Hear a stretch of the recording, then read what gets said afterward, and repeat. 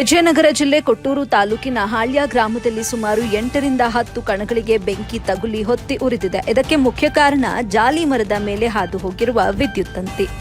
ಈ ವಿದ್ಯುತ್ ತಂತಿಗಳಿಂದ short circuit ಆಗಿ 10 ನಿಮಿಷದಲ್ಲಿ ಕಣಗಳು ಹೊತ್ತಿ ಉರಿದಿವೆ.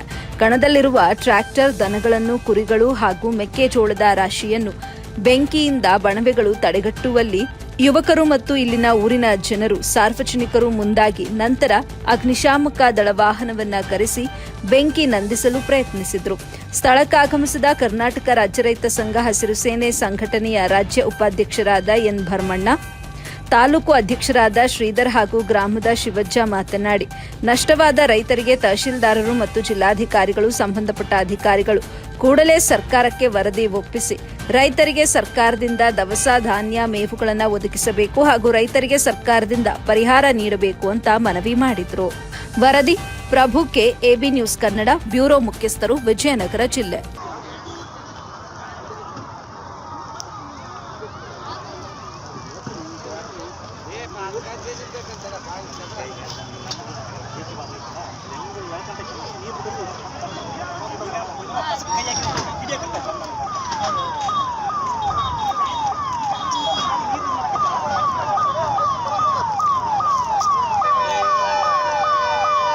ಉಪಾಧ್ಯಕ್ಷರಾದ ಎನ್ ಭರಮಣ್ಣ ಅಂತೇಳಿ ನಾವು ಮಾತಾಡೋದು. ವಿಜಯನಗರ ಜಿಲ್ಲಾ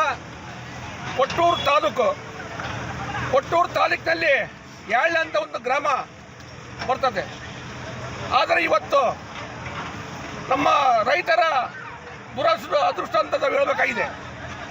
ಸುಮಾರು ಒಂದು 8-10 ಕಣಗಳು, ಒಂದು 14-15 ರೈತರು, ಒಂದು ಸುಮಾರು 25-30 ಲಕ್ಷ ಇವತ್ತು ಲಾಸ್ ಆಗಿರ್ತದೆ.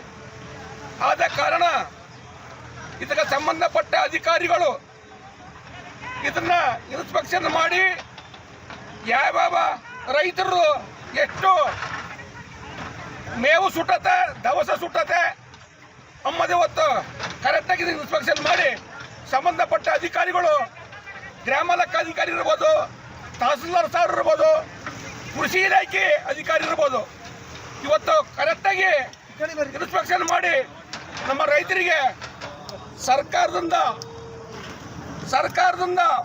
ಪರಿಹಾರ ವ್ಯವಸ್ಥೆ ಮಾಡಿಕೊಡ್ಬೇಕಂತ ಹೇಳಿದ್ವಿ. ಇವತ್ತು ನಾವು ಸಂಬಂಧಪಟ್ಟ ಅಧಿಕಾರಿಗಳಲ್ಲಿ ನಾವು ಮನವಿ ಮಾಡಿ ಕೇಳ್ತಾ ಇದೀವಿ.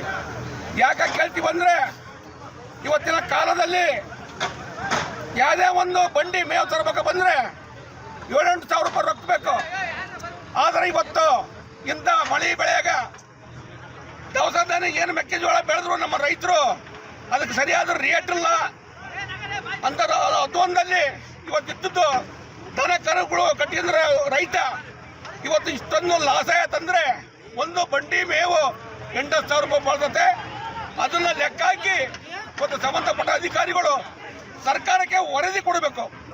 ಯಾವ ರೈತರದ್ದು ಎಷ್ಟು ಮೇವು ಸುಟ್ಟತೆ, ಎಷ್ಟು ಬಂಡಿ ಸುಟ್ಟತೆ ಅಂಬುದು ಸರ್ಕಾರದ ಅಧಿಕಾರಿಗಳು ಇವತ್ತು ಕರೆಕ್ಟ್ ವರದಿ ಕೊಡಬೇಕಂತ ಹೇಳಿ ಸಂಬಂಧಪಟ್ಟ ತಹಸೀಲ್ದಾರ್, ಕೃಷಿ ಇಲಾಖೆ ಅಧಿಕಾರಿಗಳಲ್ಲಿ ನಾವು ಮನವಿ ಮಾಡಿ ಕೇಳ್ತಾ ಇದ್ದೀವಿ. ಇವತ್ತು ಗ್ರಾಮ ಲೆಕ್ಕಾಧಿಕಾರಿಗಳು ಇರ್ಬೋದು, ಮೇಡಮ್ ಅವರನ್ನು ಮರೆಯಕತ್ತಾರಂತೆ. ನಾವು ದಯಮಾಡಿ ಕೇಳ್ತೀವಮ್ಮ, ನಿನ್ನಲ್ಲಿ ಯಾವ ರೈತರು ಎಷ್ಟು ನುಕ್ಸಾನ ಆಗೈತೆ ಅದನ್ನು ಕರೆಕ್ಟಾಗಿ ನೀನು ಬರೆದು ಸರ್ಕಾರಕ್ಕೆ ವರದಿ ಕೊಡಬೇಕಂತ ಹೇಳಿ ತಮ್ಮಲ್ಲಿ ನಾವು ನಮ್ಮ ಇಡೀ ಯಾಳ್ಯದ ಗ್ರಾಮದ ರೈತರ ಪರವಾಗಿ ನಮ್ಮ ರೈತ ಸಂಘರು ತಮ್ಮಲ್ಲಿ ಮನವಿ ಮಾಡಿ ಕೇಳ್ತಾ ಇದ್ದೀವಿ.